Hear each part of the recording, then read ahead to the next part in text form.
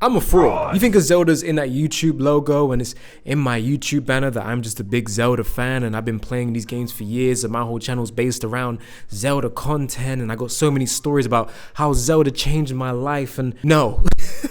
No, absolutely not. I know very little about the Zelda franchise. As much as I'd love to have those stories and ideas to talk about Zelda, I just picked Zelda to be the brand because he just looked cool and he's just a friendly looking character and everyone kind of recognizes him. I don't know, I just thought he looked cool. I've only played 4 Zelda games. I played Minish Cap, I played Wind Waker, Breath of the Wild, and Link's Awakening. You mean to tell me you haven't played the classics, man? You haven't played the classics? You ain't played Ocarina, Time of Majora's Mask, man? No, I haven't played the classics, I'm sorry. And I promise you, I eventually will. I do plan on playing all the Zelda mainline games and putting them in a video, so I will get to that eventually, I promise you. Because Breath of the Wild, which pretty much kind of was my first Zelda game, had me flabbergasted. I think it was a great game. So in this moment in time, Tears of the Kingdom is not actually out yet. We still got a few weeks to go. It is April the 13th. Before we actually get into the video, I kind of want to share my thoughts and opinions with you guys about how I was feeling about this game leading up to its release. Because I'll be honest with you, I wasn't the most excited for this game. I hate to say it and I hate to admit it, but I was one of the people who was kind of saying, hey, Tears of the Kingdom, it kind of looks like DLC.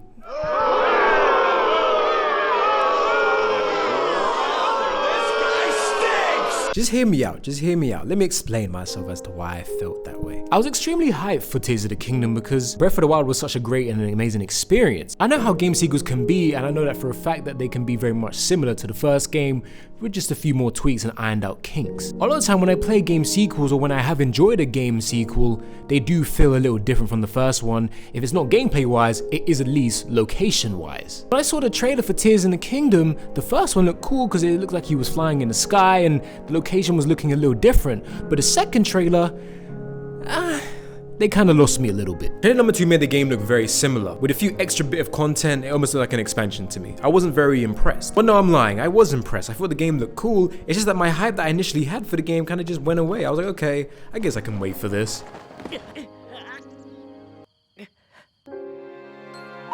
Then the official gameplay trailer came out and I was like, okay.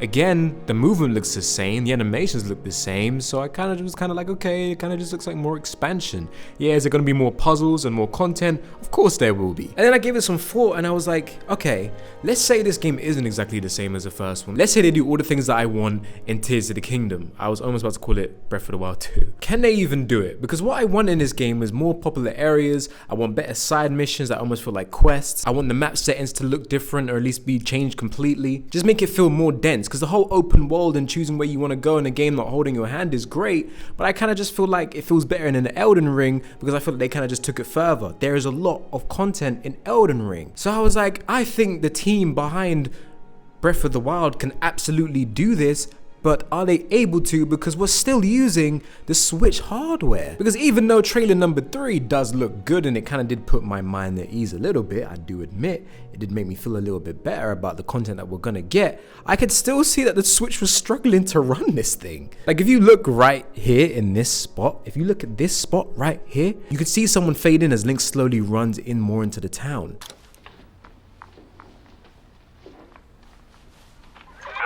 See? You see? Well, you don't see it?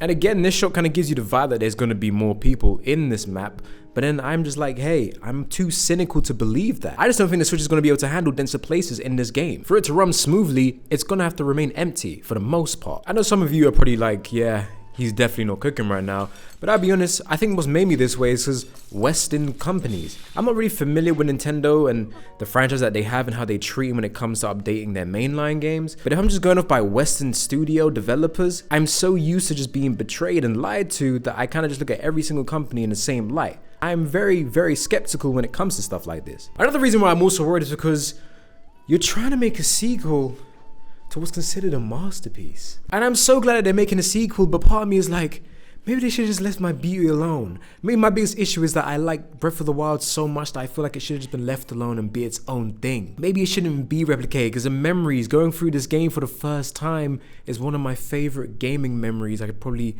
I probably ever will have. I love this game. It has so much charm and beauty to it. It definitely pushed the gaming industry to try out something new. It showed gamers not to be afraid and not every game needs to hold your hand. I really do love this game and what it did for us as gamers and just as an industry as a whole. Maybe I kind of just wanted to be left alone. Maybe I'm just a big Breath of the Wild fanboy deep down and I just don't want my beauty being touched or replicated to be made worse, or see it get a bad rep because Nintendo's currently striking down any Breath of the Wild modded video. I just don't know. Initially I was going to put this video as an intro for my Tears of the Kingdom video that's going to come out soon, but I end up going for like 5 to 6 minutes, so I just thought, you know what, let me just make it its own video, a little small video for you guys. Please try not to hate me if it does take off in the algorithm.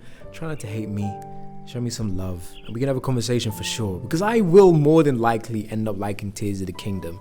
How much I'll like it, I don't know, but I'm really looking forward to it. I really want to play it and I really want to get to it. So I'll see you guys then, and hopefully we'll just have an amazing experience with Tears of the Kingdom. Yeah, let me just shut up and just watch this horizon, man, because you know what I mean? Yeah, screw it, bro. I can roll a blunt right here, man. I love it.